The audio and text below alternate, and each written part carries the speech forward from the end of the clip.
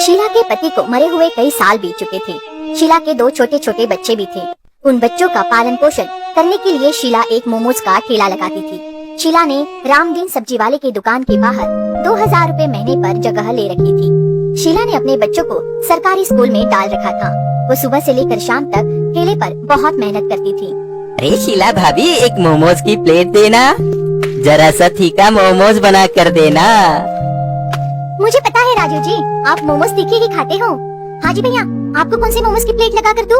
तीखे वाले मोमोज 30 रुपए प्लेट, बिना तीखे वाले मोमोज 20 रुपए प्लेट है। अरे शीला भाभी, 2 प्लेट मोमोज बना देना, मैं आपको थोड़ी देर में पैसे दे देता हूँ, ठीक है ना? अरे राजू भैया, आपके पिछले पैसे भी बाकी है, 20 प्लेट के पैसे हो गए हैं। अरे दे दूंगा। शीला भाभी, इतना परेशान क्यों हो रही हो? यहाँ से ना तुम कहीं भागी जा रही हो, ना मैं कहीं भागा जा रहा हूँ। कोशिश करना राजू भैया, ये पैसे मुझे जल्दी दे देना। मेरी भी लागत लगती है राजू भैया, ये सब सामान लाने में। कब तक उधार देती रहूंगी? जब कमाऊंगी नहीं तो क्या खाऊंगी? क्या हो रहा है राजू? उधार के पैसे दे भी दिया करो। गरीब मोमोज वाली से उधार की जगह पैसे देकर खाया करो। अरे सेठ जी, दे तो देता हूँ, पर आज मेरे पास खुले पैसे नहीं थे, नहीं तो दे देता। शीला भाभी, तुम्हारा महीना हो गया है और महीने के पैसे कब दे रही हो? अरे हाँ सेठ जी, तुम्हारे पैसे 2 दिन के बाद दे दूंगी। ठीक है शीला भाभी, जल्दी दे देना। ठीक है, 2 दिन के बाद ही सही। अरे राजू, वो कल नई सब्जी आ रही है और मैं कल किसी काम से शहर जाऊंगा और थोड़ी देर से आऊंगा, तो इसलिए देखकर सब सब्जियां उतरवा लेना।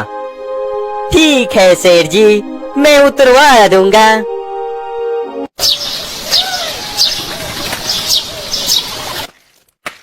अगले दिन रामदीन शहर चला जाता है। राजू दुकान पर सब्जियां उतरवा रहा था, तभी उसका दोस्त बिट्टू आ जाता है। और कैसा है राजू मेरे दोस्त? यह ले, अगले महीने मेरी शादी है, मेरी शादी का कार्ड पकड़।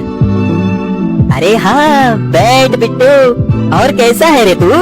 अभी मैं यह थोड़ी सी सब्जी की बोरी गिनकर रख देता हूँ, और बता क्या खाएगा? रुक, मैं तेरे लिए मोमोज की प्लेट मंगवाता हूँ। तुझे तो मोमोज पसंद है ना? बचपन में बहुत खाता था ना मेरे साथ। अरे अब तू इतनी जिद कर रहा है तो चल मंगवा ले, दोनों मिलकर खाते हैं।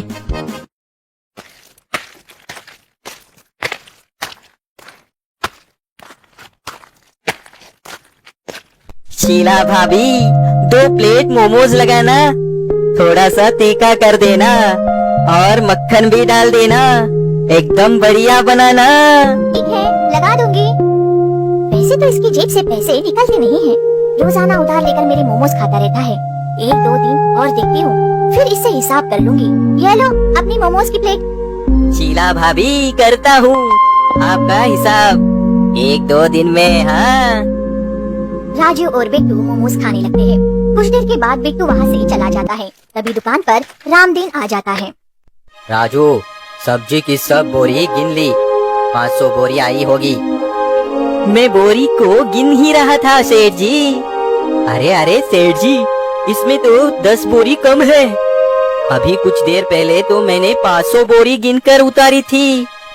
अबे तो जमीन निकल गई या आसमान खा गया? हाँ, 10 बोरी कम है। राजू, माल किसने चुराया? आसानी से बता दो। सेठ जी, मैं तो कितना पुराना नौकर हूँ।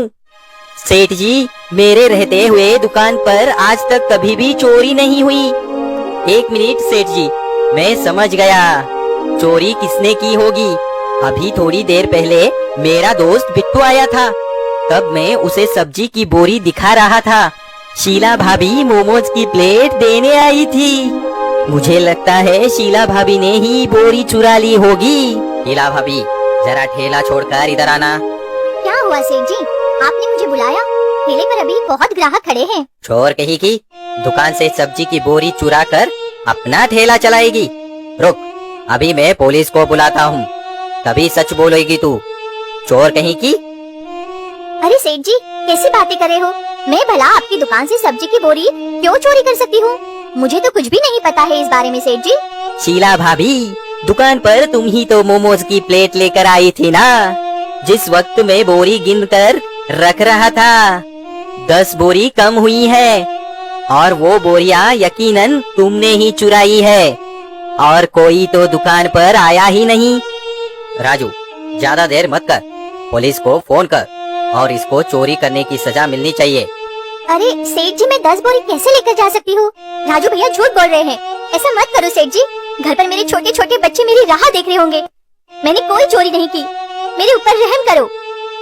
ठीक है, मैं तुझे पुलिस के हवाले नहीं करूँगा, पर तेरा ठेला आज से मेरी दुकान के आगे नहीं लगना चाहिए, नहीं तो पुलिस को बुलाने में मुझे ज्यादा देर नहीं लगेगी। चल अब 3000 रुपए मुझे पकड़ा और निकल यहाँ से। बाकी की सब्जियों की बोरी के 10,000 रुपए तू मुझे लौटा देगी। शीला निराश होकर रामदीन को 3000 रुपए दे देती है और अपना ठेला लेकर उसकी दुकान के आगे से चल पड़ती है। पर पहले उसका ठेला बाजार के बीच में था